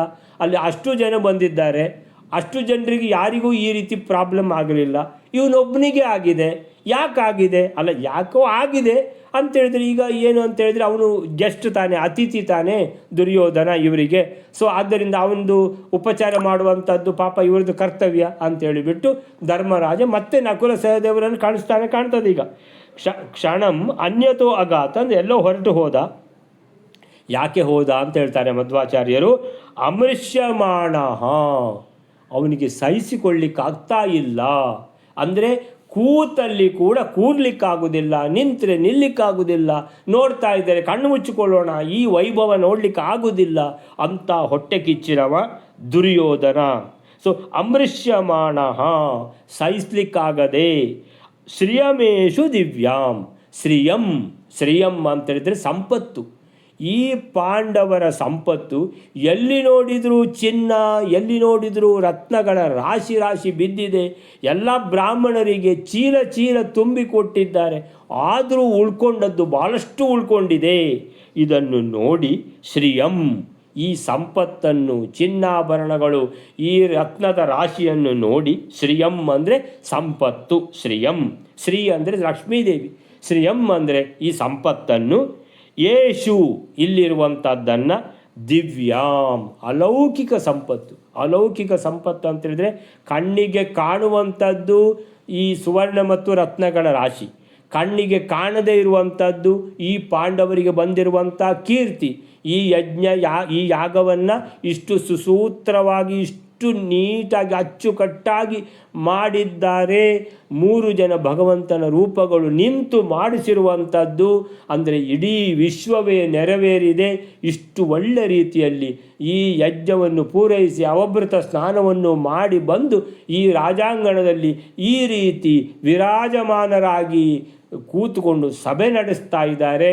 ಇಂತಹ ಅಲೌಕಿಕ ಸಂಪತ್ತು, ಲೌಕಿಕ ಸಂಪತ್ತು ರತ್ನಗಳ ರಾಶಿ, ಅಲೌಕಿಕ ಸಂಪತ್ತು ಅಂತೇಳಿದರೆ ಅವರಿಗೆ ಬಂದಿರುವಂಥ ತೃಪ್ತಿ, ಸಂತೋಷ, ಅವರಿಗೆ ಬಂದಿರುವಂಥ ಕೀರ್ತಿ, ಇದನ್ನು ಎಣಿಸಿಕೊಂಡು ಇವನಿಗೆ ಹೊಟ್ಟೆಗಿಚ್ಚು. ಇವರು ಸಕ್ಸಸ್ ಆಗಿಬಿಟ್ರಲ್ವಾ ಅಂತ, ಅಯ್ಯೋ ಅವನು ಪಾಸಾಗಿ ಅವನು 99 ಮಾರ್ಕ್ ತೆಗೆದು ಬಿಟ್ಟಂತೆ ಅಂತ ಇವನಿಗೆ ಹೊಟ್ಟೆಗಿಚ್ಚು. ಅರೆ ನೀನು ಸಹ ತೆಗಿಯಪ್ಪ ಅಂತ ಹೇಳಿದರೆ ನನ್ನಿಂದ ಆಗೋದಿಲ್ಲ ಅಂತೇಳಿದರೆ ಹೊಟ್ಟೆಗಿಚ್ಚು ಪಡಲಿಕ್ಕೆ ಮಾತ್ರ ಆಗ್ತದೆ, ಮಾರ್ಕ್ ತೆಗೀಲಿಕ್ಕೆ ಆಗೋದಿಲ್ಲ. ಇಂಥ ಅವಸ್ಥೆ ದುರ್ಯೋಧನನದ್ದು. ಹೀಗಾಗಿ ಈ ದುರ್ಯೋಧನನದ್ದು ಏನು ಹೇಳ್ತಾರೆ ಅಂತೇಳಿದ್ರೆ, ಆಗ ಧರ್ಮರಾಜನ ಅಪ್ಪಣೆಯಂತೆ ಅಂತ ಹೇಳಿದ್ರೆ ನೃಪ ಉಪದಿಷ್ಟವು, ನೃಪ ಅಂದರೆ ರಾಜ ಯುಧಿಷ್ಠಿರ, ಅವನ ಆಜ್ಞೆಯಂತೆ ಅಪ್ಪಣೆಯಂತೆ ನಕುಲ ಸಹದೇವರು ಯಮೌ. ನಕುಲ ಸಹದೇವ ಅಂತ ಹೇಳಲಿಕ್ಕೆ ಎಷ್ಟು ಕಷ್ಟ ಇದೆ ನೋಡಿ. ಯಮೌ ಅಂತ ಹೇಳಿದ್ರೆ ಸುಲಭ, 2 ಅಕ್ಷರದಲ್ಲಿ ಆಗೋಯಿತು ಯಮೌ. ಅವನನ್ನು ಕೈ ಹಿಡಿದು ಭುಜೌಗ್ರಹ್ಯ, ಕೈಯನ್ನು ಹಿಡಿದು 2 ಭುಜಗಳನ್ನು ಹಿಡಿದು ಒಳಗೆ ಬರಮಾಡಿಕೊಂಡರು. ಸಭಾಂ ಪ್ರವೇಶಯೇತಾಂ, ಸಭಾಂಗಣವನ್ನು ಪ್ರವೇಶ ಮಾಡಿಸಿದರು. ಪ್ರವೇಶ ಆಯಿತಾ. ಅಲ್ಲಿ ಒಂದು ಕ್ಷಣ ಕೂತ್ಕೊಂಡವ, ತತ್ರ ಉಪವೀಕ್ಷ ಕ್ಷಣಂ, ಅಷ್ಟೇ ಒಂದು ಕ್ಷಣ ಕೂತ್ಕೊಂಡ. ಆಮೇಲೆ ಅನ್ಯತೋ ಅಗಾತ್, ಅಲ್ಲಿಂದ ಅವನು ಎದ್ದು ಬೇರೆಡೆಗೆ ನಡೆದ. ಯಾಕೆ ಅಂತೇಳಿದರೆ, ಈ ಪಾಂಡವರ ದಿವ್ಯವಾದ ಸಂಪತ್ತನ್ನು, ಅಲೌಕಿಕ ಸಂಪತ್ತನ್ನು, ಲೌಕಿಕ ಸಂಪತ್ತನ್ನು ಎರಡನ್ನೂ ಕಂಡು ಸಹಿಸಲಾರದೆ ಅಮೃಶ್ಯಮಾಣ ಅಗಾತ್, ಹೋಗಿಬಿಟ್ಟ. ಎಲ್ಲಿಗೆ? ಅನ್ಯತಃ ಅಗಾತ್ ಅಂತ ಹೇಳಿದ್ರೆ ಎಲ್ಲಿಗೋ ಹೋದ ಅಂತ. ಈಗ ತಲೆ ಬಿಸಿ ಪಾಪ ಧರ್ಮರಾಜನಿಗೆ. ದುರ್ಯೋಧನ ಹೀಗೆ ಗೋಡೆ ತಾಗಿಸಿಕೊಂಡದ್ದು, ಆ ಗೋಡೆ ಪಾರದರ್ಶಕವಾದ್ದರಿಂದ ಸಭೆಯಲ್ಲಿದ್ದವರಿಗೆ ಕೂಡ ಈ ದುರ್ಯೋಧನನ ದುರವಸ್ಥೆ ಕಾಣಿಸಿತು. ಆದ್ದರಿಂದಲೇ ಧರ್ಮರಾಜ ತತ್ಕ್ಷಣವೇ ನಕುಲ ಸಹದೇವರನ್ನು ಕಳುಹಿಸಿ ಈ ದುರ್ಯೋಧನನ ಸರಿಯಾದ ದ್ವಾರದ ಮೂಲಕ ಒಳಗೆ ಬರಮಾಡಿಕೊಂಡ ಎಂದು ಅರ್ಥ. ಇದರಿಂದ ಈ ದುರ್ಯೋಧನ ಮತ್ತು ಅವನ ತಮ್ಮಂದಿರಿಗೆ ತಾವು ಪೆಟ್ಟು ತಿಂದದ್ದು ಒಳಗೆ ಕೂತವರ ಗಮನಕ್ಕೂ ಬಂದಿದೆ ಅನ್ನುವಂಥದ್ದು ಅರಿವಾಯಿತು. ಅಂತೇಳಿದ್ರೆ ದುರ್ಯೋಧನನಿಗೆ ಅದು ಮತ್ತೆ ಒಳಗೆ ಹೋದ್ಮೇಲೆ ಗೊತ್ತಾಗ್ತಾ ಏನು ಇವರಿಗೆ ಒಳಗಿನವರಿಗೂ ಗೊತ್ತಾಯಿತು ನಾನು ಪೆಟ್ಟು ತಿಂದದ್ದು ಅಂತ. ಏನು ಮಾಡಿದ? ಹೊರಗೆ ಬಂದುಬಿಟ್ಟ, ನಾನು ಇಲ್ಲಿರುವುದೇ ಇಲ್ಲ ಅಂತ. ಹಾಗೆ ತಡವಾಗಿ ಬಂದಿದ್ದಾನೆ ಯಾರು? ಈ ದುರ್ಯೋಧನ ಆ್ಯಂಡ್ ಕಂಪನಿ ಕೌರವರು. ಈ ಪಾಂಡವರ ಸಂಪತ್ತನ್ನು ನೋಡಿ ಹೊಟ್ಟೆ ಉರಿಯಿಂದ ಸಹಿಸಲಾಗದೆ ಅಲ್ಲಿಂದ ಹೊರಟು ಬಿಟ್ಟರು. ತಡವಾಗಿ ಬಂದದ್ದು ಒಂದು ಅಪರಾಧವಾದರೆ, ಸಭೆಯ ಮಧ್ಯದಲ್ಲಿ ಹಾಗೆ ಸಭಾ ಮರ್ಯಾದೆಯನ್ನು ತೊರೆದು ಕೃಷ್ಣನಂತಹ ಸರ್ವೋತ್ತಮ ದೇವಾದಿದೇವ ಸಭೆಯಲ್ಲಿ ಮಂಡಿಸಿರುವಾಗಲೇ ಹಾಗೆ ಎದ್ದು ನಡೆದದ್ದು ಮತ್ತೊಂದು ರೀತಿಯ ಅಪರಾಧವಾಯಿತು ಎಂಬುದನ್ನು ಗಮನಿಸಬೇಕು. ಮಹಾ ಕಲಿಸ್ವರೂಪವ, ಅವನಿಗೆ ಎಷ್ಟು ಅಪರಾಧ ಆದರೆ ಏನು? ಸಜ್ಜನರ ಬಗ್ಗೆ ಮತ್ಸರ ಪಡುವುದು ದುರ್ಜನರ ಪ್ರಮುಖ ಲಕ್ಷಣ ಎಂಬ ಮಾತು ಭಾಗವತದಲ್ಲಿ ಕೂಡ ಬಂದಿದೆ ಅಂತ ಹೇಳ್ತಾರೆ. ಹೀಗೆ ದುರ್ಯೋಧನ ಅಲ್ಲಿಂದ ತೆರಳುವಾಗ ಧರ್ಮರಾಜ ಆ ಸಭೆ ತುಂಬ ವಿಚಿತ್ರವಾದುದು ಎಂಬುದನ್ನು ಹೇಳಿ ಸ್ವಲ್ಪ ಈ ಸಭೆಯನ್ನು ಪೂರ್ತಿ ಏನಾದರೂ ನೋಡಲಿಕ್ಕೆ ದುರ್ಯೋಧನನಿಗೆ ಆಸೆಯಾಗಿ ಹೊರಟು ಹೋಗಿರಬೇಕು. ಅದಕ್ಕೋಸ್ಕರ ಈ ಸಭಾಂಗಣದ ಅವಲೋಕನಕ್ಕೆ ನಕುಲ ಸಹದೇವರನ್ನು ಜೊತೆಯಾಗಿ ಕಳುಹಿಸುವುದಾಗಿ ತಿಳಿಸಿದರೂ ಅದನ್ನು ತಿರಸ್ಕರಿಸಿ ದುರ್ಯೋಧನ ತಾನಾಗಿಯೇ ಆ ಸಭೆಯನ್ನು ನೋಡಬಯಸಿ ಅಲ್ಲಿಂದ ತೆರಳಿದ. ಅಂದರೆ ಅವನಿಗೆ ಇಲ್ಲಪ್ಪ ನೀನು ಇವರನ್ನು ಕರ್ಕೊಂಡು ಹೋಗು, ನಿನಗೆ ಸ್ವಲ್ಪ ಕಷ್ಟ ಆಗ್ತದೆ, ಯಾಕಂತೇಳಿದರೆ ಸಾಮಾನ್ಯದ ಮನುಷ್ಯರ ಹಾಗೆ ನೀನಿಲ್ಲ, ಯಾಕಂದರೆ ಸಾಮಾನ್ಯ ಮನುಷ್ಯರಿಗೆ ನಿನ್ನ ಹಾಗೆ ಹೊಟ್ಟೆ ಕಿಚ್ಚಿ ಇಲ್ಲ, ನಿನಗೆ ಸಿಕ್ಕಾಪಟ್ಟೆ ಹೊಟ್ಟೆ ಉರಿ ಆಗ್ತಾ ಇದೆ, ಆದ್ದರಿಂದ ನಿನ್ನ ಮನಸ್ಸು ಕೆಟ್ಟೋಗಿರುವ ಕಾರಣ, ನಿಂದು ಬುದ್ಧಿ ನೆಟ್ಟಗಿಲ್ಲದ ಕಾರಣ ನಿನಗೆ ಪುನಃ ಗೋಡೆನೋ ಕಂಬನೋ ಹೊಡಿತದಪ್ಪ, ಆದ್ದರಿಂದ ನಕುಲ ಸಹದೇವರನ್ನು ಕರ್ಕೊಂಡೇ ಹೋಗು ಅಂತ ಹೇಳಿದರೆ ಅದಕ್ಕೂ ಆಗೋದಿಲ್ಲ ಅಂತ ಹೇಳಿದವ. ಬೇಡ ಅಂತೇಳಿದರೆ ಇನ್ನೂ 4 ಜನರಿಗೆ ಗೊತ್ತಾಗ್ತದೆ ನನ್ನ ಪರಿಸ್ಥಿತಿ. ಅವ ನಕುಲ ಈ ಭುಜದಲ್ಲಿ ಹಿಡ್ಕೊಳ್ತಾನೆ, ಸಹದೇವ ಈ ಭುಜದಲ್ಲಿ ಹಿಡ್ಕೊಂಡು ಎಲ್ಲ ಹೇಳ್ತಾನೆ ನನಗೆ ಇಲ್ಲಿ ಅಲ್ಲ ಅಂತ. ಏನಾದರೂ ಎಣಿಸ್ಕೊಳ್ತಾರೆ ಎಲ್ಲರೂ, ಅಯ್ಯೋ ನಾನು ಕೂಡ ತನ್ನ ಅಪ್ಪನಾಗೆ ಕುರುಡಾಗಿ ಬಿಟ್ನಾ ಅಂತ ಹೇಳ್ಕೊಂಡು ಬೇಡ ಅಂತ ಹೇಳಿದ. ಸರಿ, ಹೀಗೆ ಆಯಿತಾ, ತಾವಾಗಿ ಇತರರು ಅಂತೇಳಿದರೆ ಮಾರ್ಗದರ್ಶನ ಮಾಡಲು ಅಲ್ಲಿ ಬಂದರೂ ಕೂಡ ಅದಕ್ಕೆ ಕಿವಿಗೊಡುವುದಿಲ್ಲ. ಇದು ಈ ದುರ್ಯೋಧನನಂತಹ ದುಷ್ಪ್ರವೃತ್ತಿ, ಅಸುರ ಸ್ವಭಾವದ ಇನ್ನೊಂದು ಲಕ್ಷಣ ಅಂತ ಹೇಳ್ತಾರೆ. ಹೀಗೆ ನೆಕ್ಸ್ಟ್ ಶ್ಲೋಕ ಬೇರೆ. ಅತ್ರೇಂದ್ರ ನೀಲ ಭುವಿ ರತ್ನಮಯಾನಿ ದೃಷ್ಟ್ವಾ ಪದ್ಮಾನಿ ನೀರ ಮನಸಾ ಜಗೃಹೇ ಸ್ವವಸ್ತ್ರಂ ರತ್ನೋರು ದೀಧೃತಿ ನಿಗೂಢ ಜಲಂ ಸ್ಥಲಂ ಚ ಮತ್ವಾ ಪಪಾತ ಸಹಿತೋ ವರಜೈರ್ಜಲೌಘೆ. 282ನೇ ಶ್ಲೋಕ. ಈ ದುರ್ಯೋಧನ ಮುಂದುವರಿದ ಎಡವಟ್ಟನ್ನು ಆಚಾರ್ಯರಲ್ಲಿ ಹೇಳ್ತಾ ಇದ್ದಾರೆ. ಅವನು ಹೋಗುವ ಸಮಯದಲ್ಲಿ ಅಲ್ಲಿದ್ದ ಇಂದ್ರ ನೀಲಮಣಿಮಯವಾದ ನೆಲದಲ್ಲಿ ರತ್ನಮಯಗಳಾದ ಕಮಲಗಳನ್ನು ನೋಡಿ ಇದು ನೀರು ಎನ್ನುವ ಬುದ್ಧಿಯಿಂದ ತಾನು ಉಟ್ಟುಕೊಂಡ ವಸ್ತ್ರವನ್ನು ಒದ್ದೆಯಾಗುತ್ತದೆ ಎನ್ನುವ ಬುದ್ಧಿಯಿಂದ ಮೇಲಕ್ಕೆ ಮಾಡಿಕೊಳ್ಳುತ್ತಾನಂತೆ. ಆದರೆ ರತ್ನಗಳ ಉತ್ಕೃಷ್ಟಗಳಾದ ಕಾಂತಿಗಳಿಂದ ಆಚ್ಛಾದಿತವಾದ ನೀರನ್ನು ಅವನು ನೆಲವೆಂದು ತಿಳಿದುಕೊಂಡು ತಮ್ಮಂದಿರಿಂದ ಕೂಡಿದವನಾಗಿ ಅಲ್ಲಿಂದ ಮುಂದೆ ಹೋಗಿ ಆಳವಾದ ಕೊಳದಲ್ಲಿ ಬಿದ್ದನಂತೆ. ತತ್ರೇಂದ್ರ ನೀಲ ಭುವಿ ತತ್ರ ಇಂದ್ರನೀಲ ಭುವಿ ರತ್ನಮಯಾನಿ ದೃಷ್ಟ್ವಾ ಪದ್ಮಾನಿ ನೀರಮನಸಾ ಜಗೃಹೇ ಸ್ವವಸ್ತ್ರಂ ರತ್ನೋರುಧೀಧಿತಿ ನಿಗೂಢಜಲಂ ಸ್ಥಲಂಚ ಮತ್ವಾ ಪಪಾತ ಸಹಿತ ಅವರಜೈರ್ಜಲೌಘೆ. ಈ ದುರ್ಯೋಧನನ ದುರವಸ್ಥೆ ಏನು ನಿಲ್ಲಕ್ಕೆ ಇಲ್ಲ. ಅಯ್ಯೋ, ಇದು ದೊಡ್ಡ ಘಟನೆ ನಡೆಯಿತು. ತತ್ರ ಅಲ್ಲಿ ಏನಿದು, ಈ ಮಯಾಸುರನ ವಿಚಿತ್ರವಾದ ಈ ರೀತಿ ನಿರ್ಮಾಣ ಮಾಡಿಟ್ಟಿದ್ದಾನೆ ಸಭಾಂಗಣ. ಇಂದ್ರನೀಲ ಭುವಿ, ನೆಲಕ್ಕೆ ಕೂಡ ಹಾಕಿದ್ದು ಇಂದ್ರನೀಲ ಮಣಿದ್ದೆ. ಇಂದ್ರನೀಲ ಭುವಿ, ಭುವಿ ಅಂದರೆ ನೆಲದಲ್ಲಿ, ಭೂಮಿಯಲ್ಲಿ ಭುವಿ. ಇಂದ್ರನೀಲ ಭುವಿ ಅಂದರೆ ನೆಲಕ್ಕೆ ಹಾಸಿದ್ದು ಕೂಡ ಇಂದ್ರನೀಲ, ಅಂದರೆ ನೆಲ ಕೂಡ ಪಾರದರ್ಶಕ ಆಗಿ ಒಳಗಿದ್ದು, ನೆಲದ ಒಳಗಿದ್ದು ಏನು ಕಾಣ್ತದ ಏನು ನೋಡುವ. ಇಂದ್ರನೀಲ ಭುವಿ ರತ್ನಮಯಾನಿ ದೃಷ್ಟ್ವಾ, ಅಲ್ಲಿ ಕೂಡ ರತ್ನಗಳನ್ನು ಜೋಡಿಸಿಟ್ಟಿದ್ದಾರೆ. ಅಂದರೆ ಕಾರಿತೆ, ಸ್ಟಡೆಡ್, ರತ್ನಮಯಾನಿ ಯಾವುದು, ನೆಲ ಕೂಡ. ಆಗ ನೆಲದಲ್ಲಿ ಏನು ಕಂಡಿತು ಇವನಿಗೆ? ಪದ್ಮಾನಿ, ಕಮಲಗಳು ಕಂಡುವು. ಓ, ಕಮಲ ಇದೆ ಅಂತೇಳಿದರೆ ನೀರಿದೆ. ಓ, ಇದು ಇನ್ನೊಂದು ಅಂತೇಳಿದರೆ ಇಲ್ಲಿ ನೀರುಂಟು ಕಾಣಿಸುವುದಿಲ್ಲ ಅಂತೇಳಿದರೆ, ಗೋಡೆ ಉಂಟು ಕಾಣಿಸ್ಲಿಲ್ಲ, ಅಲ್ಲಿ ನನಗೆ ಗೋಡೆ ಹೊಡೀತು ಅಂದರೆ ಇಲ್ಲಿ ನೀರುಂಟು, ಆದ್ದರಿಂದ ಕಮಲ ಕಾಣ್ತಾ ಇರೋದು. ಅಂದರೆ ಪದ್ಮಾನಿ ನೀರ ಮನಸ, ಅಂದರೆ ಪದ್ಮಾನಿ ಅಂದರೆ ಕಮಲಗಳು ಕಾಣಿಸಿಕೊಂಡವು, ನೀರ ಮನಸ ಅಂತೇಳಿದರೆ ನೀರುಂಟು ಅಂತ ಮನಸ್ಸಲ್ಲಿ ತಿಳ್ಕೊಂಡ. ಓ, ನೀರು ಕಾಣುವುದಿಲ್ಲ, ಅಲ್ಲಿ ಗೋಡೆ ಕಾಣಲಿಲ್ಲ ಅಲ್ವಾ, ಇಲ್ಲಿ ನೀರು ಕಾಣುವುದಿಲ್ಲ ಅಂತ ಏನು ಮಾಡಿದ, ಮೆಲ್ಲಕ್ಕೆ ಕಾಲಿಡುವ ಮೊದಲು ಜಗೃಹೇ ಸ್ವವಸ್ತ್ರಂ, ಏನು ತಾನು ಧೋತಿ ಉಟ್ಕೊಂಡಿದ್ದಾನಲ್ಲ, ಧೋತಿಯನ್ನು ಮೇಲು ಮಾಡಿದ. ಯಾಕೆ, ನೀರು ಇನ್ನು ಎಷ್ಟು ಇದೆ ಕಾಣಿಸೋದಿಲ್ಲಲ್ಲ, ಆದ್ದರಿಂದ ಸರಿಯಾಗಿ ಮೇಲ್ ಮಾಡಿರ್ಬೇಕಮ್ಮ ವಸ್ತ್ರವನ್ನು. ಸೊ ಜಗೃಹೇ ಸ್ವವಸ್ತ್ರಂ ಅಂದರೆ ವಸ್ತ್ರವನ್ನು ಮೇಲು ಮಾಡಿಕೊಂಡು ಮೆಲ್ಲ ಕಾಲಿಟ್ಟಾಗ ಏನು ನೀರಿದ್ದ ಕಾಣಲಿಲ್ಲ. ಮೊದಲು ಕಾಣುವುದಿಲ್ಲ, ನಂತರ ಕಾಣ್ತದೆ ಅಂತೇಳಿ ಪುನಃ ಕಾಲಿಟ್ಟ, ಇನ್ನೂ ವಸ್ತ್ರ ಸ್ವಲ್ಪ ಮೇಲೆ ಮಾಡಿಬಿಟ್ಟು ಅಂತೇಳಿದರೆ ಇಲ್ಲಿ ಅಂತೇಳಿದರೆ ಅವನು ಎಣಿಸಿದ್ದು ನೀರ ಮನಸ, ಅದರಲ್ಲಿ ನೀರಿಲ್ಲ. ಆಯಿತಾ, ಸರಿ. ಇನ್ನು ಸ್ವಲ್ಪ ಮುಂದೋದ. ರತ್ನೋರು ದೀಧಿತಿ ನಿಗೂಢ ಜಲಂ, ಇಲ್ಲಿ ನಿಗೂಢ ಜಲಂ, ನಿಗೂಢ ಅಂತೇಳಿದರೆ ಗೂಢವಾಗಿ ಕಾಣಿಸಿಕೊಳ್ಳದೇ ಇರುವಂತಹ ಜಲವೇ ಇದೆ ಇಲ್ಲಿ, ಅಂದರೆ ಇದು ಸರೋವರನೇ ಇದೆ.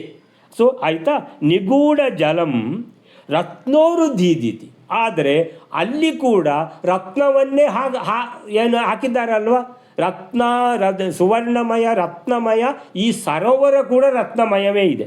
ರತ್ನೋರು ದೀದಿತಿ ರತ್ನೋರು ದೀದಿತಿ ಅಂತೇಳಿದರೆ, ಅಂದರೆ ಇದು ಸರೋವರ ಅಂತೇಳಿದರೆ ದೊಡ್ಡದಿರಲಿಕ್ಕಿಲ್ಲ, ಒಂದು 3x3 ಇರ್ಬೋದು, 4x4 ಅಂತ ಸಣ್ಣದು, ಅಂದರೆ ಒಂದು ನಡೀತಾ ಇರುವಾಗ ಒಂದು ಮಧ್ಯದಲ್ಲಿ ಒಂದು ನೀರಿನ ಕೊಳ. ಸೊ ಈ ನೀರಿನ ಕೊಳ ನಿಗೂಢ ಜಲಂ, ಕಾಣುವುದಿಲ್ಲ ಇದು. ರತ್ನೋರು ದೀದಿತಿ, ಆ ರತ್ನಗಳನ್ನು ಅಲ್ಲಿ ಕೂಡ ಹಾಸಿದ್ದಾರೆ. ಆ ರತ್ನಗಳ ದೀದಿತಿ ಅಂದರೆ ಪ್ರಕಾಶ, ಯಾವುದು ಸೂರ್ಯನ ಪ್ರಕಾಶ ಇದ್ದಾಗೆ ದೀದಿತಿ. ಸೊ ದೀದಿತಿ ಪ್ರಕಾಶ, ಉರು ರತ್ನ ಉರು ದೀದಿತಿ ಅಂದರೆ ರತ್ನಗಳ ಪ್ರಕಾಶ ಬಹಳ ಜೋರಾಗಿ ಕಾಣಿಸ್ತಾ ಇರುವ ಕಾರಣ ಅಲ್ಲಿರುವ ನಿಗೂಢ ಜಲ ಗೊತ್ತಾಗಲಿಲ್ಲ ದುರ್ಯೋಧನನಿಗೆ. ಅದು ಸರೋವರ ಅಂತ ಗೊತ್ತಾಗಲಿಲ್ಲ. ಇಲ್ಲಿ ನಿಜವಾಗಿ ನೀರಿದೆ. ಅದನ್ನು ಏನು ತಿಳ್ಕೊಂಡ ಅವ? ಸ್ಥಳಂಚ, ಅವ ನೆಲವನ್ನು ನೀರ ಮನಸ, ನೀರು ಅಂತ ತಿಳ್ಕೊಂಡ. ಇಲ್ಲಿ ನಿಗೂಢ ಜಲಂ, ನಿಜವಾಗಿಯೂ ಜಲ ಇದೆ ಅಲ್ಲಿ, ನಿಗೂಢವಾಗಿದೆ. ಆದರೆ ಆ ರತ್ನಗಳ ಪ್ರಕಾಶಕ್ಕೆ ಕಾಣ್ತಾ ಇಲ್ಲ ಜಲ. ಅದನ್ನೇನು ತಿಳ್ಕೊಂಡ? ಓ, ಇದು ನನಗೆ ಸುಮ್ಮನೆ ಮಂಗ ಮಾಡ್ತಾ ಇದೆ ಅಂತೇಳಿದರೆ ಇಲ್ಲಿ ನಿಜವಾಗಿ ನೀರಿಲ್ಲ, ನೀರಿನಾಗೆ ಕಾಣ್ತದೆ, ಇದು ಸ್ಥಳವೇ. ಅಂದರೆ ಸ್ಥಳಂಚ ಮತ್ವ ಅಂದರೆ ಇದನ್ನು ನೆಲ ಅಂತ ತಿಳ್ಕೊಂಡ. ನಿಜವಾಗಿ ಅದು ಏನು? ನಿಗೂಢ ಜಲ. ನಿಗೂಢ ಜಲವನ್ನು ಸ್ಥಳಂಚ ಮತ್ವ, ಸ್ಥಳ ಅಂತ ತಿಳ್ಕೊಂಡ, ನೆಲ ಅಂತ ತಿಳ್ಕೊಂಡು ಸೀದಾ ಹೋದರೆ ಬಿದ್ದದ್ದೇ ಅಮ್ಮ ಪಾಪಾತ, ಬಿದ್ದು ಬಿಟ್ಟ. ಯಾವುದಕ್ಕೆ? ನಿಗೂಢ ಜಲಕ್ಕೆ, ಆ ಕೊಳಕ್ಕೆ ಬಿದ್ದ, ನೀರಿನ ಕೊಳಕ್ಕೆ ಬಿದ್ದ. ಅಂದರೆ ಒಬ್ಬನೇ ಬಿದ್ದರೆ ಒಂದು ಲೆಕ್ಕ ಬೇರೆ. ಸಹಿತೋ ಅವರಜೈಹಿ, ಅವರಜೈಹಿ ಅಂತೇಳಿದರೆ ಅವರಜ ಅಂದರೆ ನಂತರ ಹುಟ್ಟಿದವ. ಅವರಜ ಅಂದರೆ ತಮ್ಮಂದಿರು, ಅವನ ತಮ್ಮಂದಿರ ಸಹಿತ, ಅವರಜೈ ಸಹಿತ, ತಮ್ಮಂದಿರ ಸಹಿತ ಬಿದ್ದ. ಪಪಾತ ಅಂದರೆ ಬಿದ್ದ. ಪತತಿ, ಪತತಃ, ಪತಂತಿ, ಅಪತತ್. ಅಪತತ್ ಅಂದರೆ ಇದು ಯಾವುದು? ಭೂತಕಾಲದಲ್ಲಿ ಅಪತತ್, ಇಲ್ದಿದ್ರೆ ಪತತಿ, ಪತತಃ, ಪತಂತಿ ಅಂತ ಆಗುವಂಥದ್ದು. ಸೊ ಪಪಾತ ಇದು ಇನ್ನೊಂದು ಭೂತಕಾಲದ, ಗ್ರಂಥದ ಭೂತಕಾಲದ ಸಿಸ್ಟಮ್ಮು. ಇದರಲ್ಲಿ ಪಪಾತ. ಸೊ ಪಪಾತ, ಪಪಾತ, ಪಪಾತತು ಆ ರೀತಿ ಬರ್ತದದು. ಸೊ ಜಗಾಮ, ಜಗ್ಮತು, ಜಗ್ಮುಹು. ಸೊ ಆ ರೀತಿ ಬರ್ತದೆ. ಸೊ ಪಪಾತ ಸಹಿತೋ ಅವರಜೈಹಿ, ತನ್ನ ತಮ್ಮಂದಿರ ಜೊತೆಗೆ ಬಿದ್ದ. ಯಾವುದಕ್ಕೆ? ಆ ನೀರಿನ ಕೊಳಕ್ಕೆ. ಜಲೌಘೆ, ಜಲ ಓಘೆ ಅಂತೇಳಿದರೆ ನೀರಿನ ಓಘ ಅಂದರೆ ಪ್ರವಾಹವೇ ಇದೆ ಅಲ್ಲಿ ಅಂತೇಳಿದರೆ ಒಳಗಿಂದ ಅದಕ್ಕೆ ನೀರು ಸಪ್ಲೈ ಆಗಿ ಏನಾದರೂ ಈ ಥರ ಏನಾದರೂ ವ್ಯವಸ್ಥೆ ಮಾಡಿಟ್ಟಿರ್ಬೋದು. ಅಂದರೆ ಅದು ಜಲದ ಪ್ರವಾಹವೇ ಇತ್ತು, ಅದಕ್ಕೆ ಬಿದ್ದಿದ್ದಾನೆ. ಸೊ ಇದನ್ನು ಮಹಾಭಾರತ ಕೂಡ ಹೇಳ್ತದೆ, ಭಾಳ ಚೆನ್ನಾಗಿ ಹೇಳ್ತದೆ. ಏನಂತ ಹೇಳಿದ್ರೆ ಸ್ಫಾಟಿಕಂ ಸ್ಥಳಂ ಆಸಾಧ್ಯ ಅಂದರೆ ಸ್ಫಟಿಕವಾದ ನೆಲವನ್ನು ಹೊಂದಿ ಜಲಂ ಇತಿ ಅಭಿಶಂಕಯ, ಅದನ್ನು ನೀರು ಅಂತ ತಿಳ್ಕೊಂಡ. ಜಲಂ ಇತಿ ಅಭಿಶಂಕಯ, ಅದನ್ನು ಮಧ್ವಾಚಾರ್ಯರು ಹೇಳಿದರು ನೀರ ಮನಸ ಅಂತ. ಸ ವಸ್ತ್ರ ಉತ್ಕರ್ಷಣಂ, ವಸ್ತ್ರವನ್ನು ಮೇಲೆ ಎತ್ತಿ ರಾಜ ಕೃತವಾನ್ ಬುದ್ಧಿಮೋಹಿತ ಅಂದರೆ ಹೇಳ್ತದೆ ಮಹಾಭಾರತ. ಇವನು ದುರ್ಯೋಧನ, ರಾಜ ಅಂದರೆ ದುರ್ಯೋಧನ ಕೃತವಾನ್ ಬುದ್ಧಿಮೋಹಿತ, ಈ ಮಯಾಸುರನ ಈ ಅದ್ಭುತವಾದ ಈ ಸಭಾಂಗಣ ಅವನ ಬುದ್ಧಿಯನ್ನು ಮೋಹಿಸಿತು. ದುರ್ಮನ ವಿಮುಖಶ್ಚೈವ ಪರಿಚಕ್ರಾಮ ತಾಂ ಸಭಾಂ ಅಂತೇಳಿದ್ರೆ ಎಲ್ಲ ಅಲ್ಲಿ ಇದ್ದವರೆಲ್ಲ ಗಮನಿಸಿರಬೇಕು. ಅಪ್ಪ ಇವನು ವಸ್ತ್ರವನ್ನು ಎತ್ತಿಕೊಂಡು ಯಾಕೆ ಹೋಗ್ತಾ ಇದ್ದಾನಂತ. ಆಯಿತಾ. ದುರ್ಮನ ವಿಮುಖಶ್ಚೈವ, ಮನಸ್ಸೆಲ್ಲ ಇವನಿಂದು ಮೊದಲೇ ಕೆಟ್ಟೋಗಿದೆ, ಪುನಃ ಕೆಟ್ಟೋಯ್ತು ಇನ್ನೂ ಸಹ. ಇದೀಗ ಎರಡನೇ ಇನ್ಸಿಡೆಂಟು. ನಂತರ ಪರಿಚಕ್ರಾಮ ತಾಂ ಸಭಾಂ, ಸರಿ ಇವರು ಬಂದರು, ಯಾರು? ಯಮವು ನಕುಲ ಸಹದೇವರು ಬೇಡ ಅಂತ ವಾಪಸ್ ಕಳಿಸಿದ. ಆಯಿತಾ, ತಾನೇ ನೋಡ್ಕೊಂಡು ಬರ್ತೇನೆ ಅಂತ ಗೊತ್ತಾಯ್ತು ಈಗ ಎಲ್ಲ ಅಂತ. ತತಃ ಸ್ಥಳೇ ನಿಪತಿತೋ ದುರ್ಮನ ವ್ರೀಡಿತೋ ನೃಪಃ. ತತ ಸ್ಥಳೇ ನಿಪತಿತು, ಈಗ ಸ್ಥಳ ಅಂತ ತಿಳ್ಕೊಂಡು ನೆಲದ ಯಾವುದು ಜಲೌಗೆ ನೀರಿನ ಪ್ರವಾಹಕ್ಕೆ, ಆ ಯಾವುದು ನೀರಿನ ಕೊಳಕ್ಕೆ ಅಥವಾ ನೀರಿನ ಸಣ್ಣ ಸರೋವರಕ್ಕೆ ಬಿದ್ದ. ದುರ್ಮನ ವ್ರೀಡಿತು, ನಾಚಿಕೆ ಆಯಿತು ಅವನಿಗೆ ಅಂತೇಳಿದರೆ. ನನಗೆ ಇದು ಮೂರನೇದ್ದು, ಬೀಳುವಂಥದ್ದು ಲಾಸ್ಟ್ ಇದ್ದು ಮೂರನೇದ್ದು, ಇನ್ನೇನೇ ಆಗ್ತದೆ ಗೊತ್ತಿಲ್ಲ.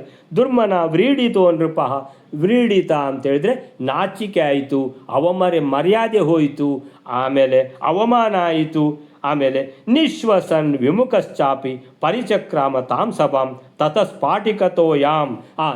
ಇಲ್ಲಿ ಸ್ಫಾಟಿಕತೋಯಾಮ್ ಅಂದರೆ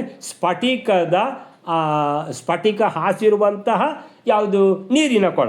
ಸ್ಫಟಿಕತೋಯಾಮ್ ವೈ ಸ್ಫಾಟಿಕ ಅಂಬುಜ ಶೋಭಿತಾಂ.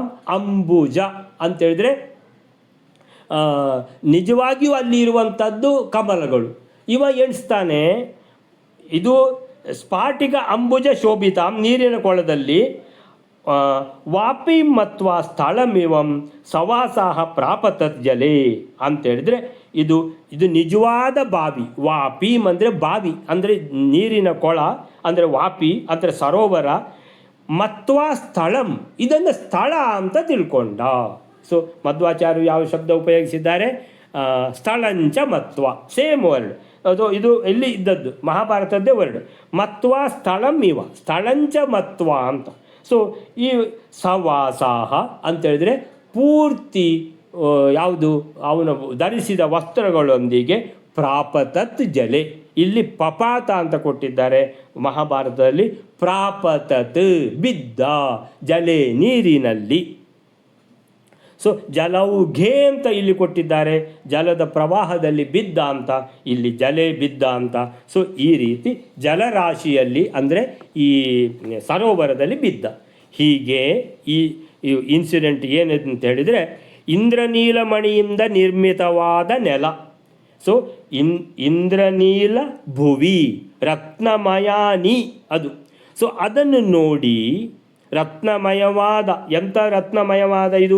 ಪದ್ಮಾನಿ, ರತ್ನಮಯಾನಿ ಪದ್ಮಾನಿ ಅಂತೇಳಿದರೆ ರತ್ನದಿಂದ ಸ್ಟಡೆಡ್ ಆಗಿರುವಂತಹ ಕಮಲಗಳು. ಅದು ಕಮಲಗಳು ಏನು? ಕಮಲಗಳು ಸ್ಫಟಿಕ ಕಮಲಗಳೇ. ಅದು ರತ್ನಮಯವಾದ ಪದ್ಮಗಳನ್ನು ಕಂಡು, ಅದು ಸ್ಫಟಿಕದ ಕಮಲ ಪದ್ಮಗಳನ್ನು ಕಂಡು ಅದು ನೀರು ಎಂಬ ಭ್ರಾಂತಿಯಿಂದ ಅಂತೇಳಿದರೆ ನೀರ ಮನಸ, ನೀರು ಎಂಬ ಭ್ರಾಂತಿಯಿಂದ ದುರ್ಯೋಧನ ಸ್ವವಸ್ತ್ರಂ ಜಗೃಹೆ. ಸ್ವವಸ್ತ್ರಂ ತಾನು ಉಟ್ಟ ವಸ್ತ್ರವನ್ನು, ಧೋತಿಯನ್ನು ಮೇಲೆತ್ತಿದ ಅಂತ. ಇಲ್ಲಿ ಅಲ್ವಾ, ನೀರಿಲ್ವಾ ಅಂತ. ಆಯಿತಾ, ಇದು ಮತ್ತೆ ಇದಾಗ್ತಾ ಇದೆ ಅವನಿಗೆ, ಏನು ಅವಮಾನ ಆಗ್ತಾ ಇದೆ. ಸರಿ ಅಂತ ಏನು ಆಗಲಿಲ್ಲ ಅಂತ ಮುಂದೆ ನಡೆಯುವಾಗ ರತ್ನಗಳ ಅಪಾರ ಕಾಂತಿಯಿಂದ ಆಚ್ಛಾದಿತವಾಗಿದ್ದ ಜಲ.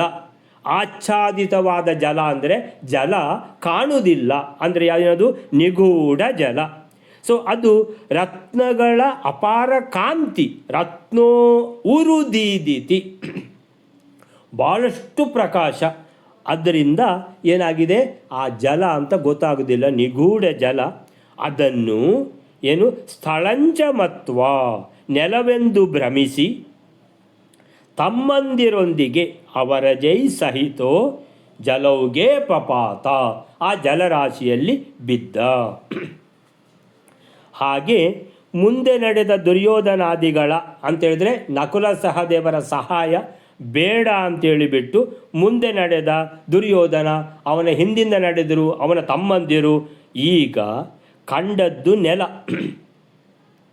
ಅದನ್ನು ಮಯಾಸುರ ಇಂದ್ರನೀಲ ಮಣಿಗಳಿಂದ ನಿರ್ಮಿಸಿದ್ದ. ಅದರಿಂದಾಗಿ ಅದು ಸರೋವರದಂತೆ ಕಾಣುತ್ತಿತ್ತು. ಆ ನೆಲದಲ್ಲಿ ಮಧ್ಯೆ ರತ್ನಗಳನ್ನು ಕಮಲದ ಆಕೃತಿಯಲ್ಲಿ ಜೋಡಿಸಿದ್ದ ಅಂತೇಳಿದರೆ ಇದು ಯಾವ ಕಮಲಗಳು? ರತ್ನಮಯಾನಿ ಪದ್ಮಾನಿ ಅಂದರೆ ರತ್ನಗಳನ್ನು, ಇಂದ್ರನೀಲ ಮಣಿಗಳನ್ನು ಯಾವ ಥರ ಜೋಡಿಸಿದ್ದ ಮಯಾಸುರ ಅಂತೇಳಿದ್ರೆ ಅದನ್ನು ಕಟ್ಟುವಾಗ ಕಮಲದಂತೆ ಜೋಡಿಸಿದ್ದ. ಇದು ಕಮಲ ಅಂತ ತಿಳ್ಕೊಂಡು ನೀರು ಅಂತ ತಿಳ್ಕೊಂಡ. ಸೊ ಅವು ನಿಜವಾದ ಕಮಲಗಳಂತೆ ಕಾಣುತ್ತಿದ್ದವು. ಅಂತೂ ಆ ನೆಲ ಜಲದಂತೆಯೂ ರತ್ನಗಳು ಪದ್ಮದಂತೆಯೂ ಕಂಡದ್ದರಿಂದ, ಪದ್ಮ ಅಂದರೆ ಕಮಲದಂತೆಯೂ ಕಂಡದ್ದರಿಂದ ದುರ್ಯೋಧನ ಇದು ಒಂದು ಸರೋವರ ಎಂದು ಭಾವಿಸಿ, ಅದಿರುವಂಥದ್ದು ನೀರು, ನೀರಿನೊಳಗಿರುವಂಥದ್ದು ಕಮಲ, ಆದ್ದರಿಂದ ಇದು ಸರೋವರವೇ ಅಂತ ಭಾವಿಸಿ ಮುಂಚಿನಂತೆ ಅವಮಾನಕ್ಕೆ ಗುರಿಯಾಗಬಾರದು ಎಂಬ ಎಚ್ಚರಿಕೆಯನ್ನು ತೋರಲೆಂದು ತಾನುಟ್ಟಿದ್ದ ವಸ್ತ್ರಗಳನ್ನು ಮೇಲೆತ್ತಿಕೊಂಡು ನಿಧಾನವಾಗಿ ಹೆಜ್ಜೆ ಹಾಕಿದ. ಅದರಂತೆ ಅವನ ತಮ್ಮಂದಿರು ಸಹ ಏನು ಮುಂದೆ ನಡೆಯುತ್ತಿದ್ದಂತೆ ಅದು ಜಲವಲ್ಲ ನೆಲ ಎಂದು ಅರಿವಾಗಿ ಮತ್ತೊಮ್ಮೆ ನಾಚುವಂತಾಯಿತು. ಇದು ಎರಡನೇದು. ಇನ್ನು ಮುಂದೆ ಅದರ ಮುಂದೆ ಬಂದಿದ್ದು ನಿಜವಾಗಿಯೂ ಜಲ ತುಂಬಿದ ಸರೋವರ, ಅದರಲ್ಲಿಯೂ ಕಮಲಗಳು ತುಂಬಿದ್ದುವು. ದುರ್ಯೋಧನ ಈ ಬಾರಿ ಯೋಚಿಸಿದ, ಇದು ಸಹ ನೆಲವೇ, ಇದು ಕೃತಕ ಪದ್ಮಗಳು, ಇಲ್ಲಿ ನೀರಿಲ್ಲ, ಕಾಣುವುದು ಮಾತ್ರ ಅಂತ ಭಾವಿಸಿ ನೆಲದ ಮೇಲೆ ನಡೆಯುವಂತೆ ಆರಾಮವಾಗಿ ನಡೆದ. ಪರಿಣಾಮ ಅದರಲ್ಲಿ ಬಿದ್ದ, ದೊಪ್ಪನೆ ಬಿದ್ದ. ಅದರಂತೆ ಅವನ ತಮ್ಮಂದಿರ ಪಾಡು ಕೂಡ ಆಯಿತು, ಜೊತೆಗೆ ಶಕುನಿದ್ದು ಪಾಡು ಆಯಿತು, ಎಲ್ಲರೂ ಬಿದ್ದರು ಅಂತ ಲೆಕ್ಕ. ಸೊ ಹೀಗೆ ನೆಲವನ್ನು ಜಲವೆಂದು, ಜಲವನ್ನು ನೆಲವೆಂದು ತಿಳಿದ ಅವಿವೇಕ ಈ ಕೌರವನದ್ದು. ಈ ನಮ್ಮದು ಇದೇ ಥರ ಅವಸ್ಥೆ. ಯಾವುದು ಶಾಸ್ತ್ರ ಅಲ್ಲ ಅಂತ ಗೊತ್ತಿಲ್ಲ ನೋಡಿ. ಸೊ ಕಂಡದ್ದನ್ನು ಶಾಸ್ತ್ರವೆಂದು ತಿಳಿಯುತ್ತಾ ನಿಜವಾದ ಶಾಸ್ತ್ರವನ್ನು ಅವಹೇಳನ ಮಾಡುತ್ತಾ ಬದುಕುವ ಜನರ ರೀತಿ ಈ ರೀತಿ ದುರ್ಯೋಧನರ ರೀತಿಯೇ ಆಗಿದೆ ಅಂತ ನಿಮಗೀಗ ಗೊತ್ತಾಗ್ತಾ ಇರ್ಬೋದು. ಅದರ ಪರಿಣಾಮ ಹೀನಾಯವಾದ ಪತನ, ಅದು ಗೊತ್ತಾಗುವುದಿಲ್ಲ ಮಾತ್ರ. ಅಂದರೆ ಇನ್ನು ಇದೇ ರೀತಿ ಅವಹೇಳನ ಮಾಡಿಕೊಂಡು ಹೋದರೆ ಅವರಿಗೆ ಹೀನಾಯವಾದ ಪತನ ಅನ್ನುವಂಥದ್ದು ಮಾತ್ರ ಗೊತ್ತಾಗ್ತಾ ಇಲ್ಲ ಅಂತ ಕಾಣ್ತದೆ. ಸಹಜವಾಗಿಯೇ ಹೀಗೆ ಯಾರಿಗೂ ನಗು ತರಿಸುವಂತಹ ಅಪಹಾಸ್ಯದ ಸಂಗತಿ ಆಯಿತು ಅಂತ ಹೇಳ್ತಾರೆ. ಅಲ್ಲಿಗೆ ಇಂತಹ ಒಂದು ವಿಶೇಷ ಘಟನೆ ನಡೆಯಿತು. ಆದರೆ ಘಟನೆ ನಡೆಯಿತು, ವಿಶೇಷ ಅನ್ನುವಂಥದ್ದು, ಇದರಲ್ಲಿ ವಿಶೇಷ ಏನು ಅಂತ ಹೇಳುವಂಥದ್ದು ಇನ್ನು ಮುಂದೆ ಬರಲಿಕ್ಕಿದೆ. ಮಹಾಭಾರತಕ್ಕೆ ನಾಂದಿಯಾಗುವಂತಹ ವಿಶೇಷ ಏನು ಇದರಲ್ಲಿ ಅನ್ನುವಂಥದ್ದು ಇನ್ನು ಬರಲಿಕ್ಕಿದೆ. ಇವತ್ತಿಗೆ ಈಗ ಇಷ್ಟಕ್ಕೆ ನಿಲ್ಲಿಸ್ಕೊಳ್ಳೋಣ. ಶ್ರೀಕೃಷ್ಣ ಅರ್ಪಣ ಮಸ್ತು.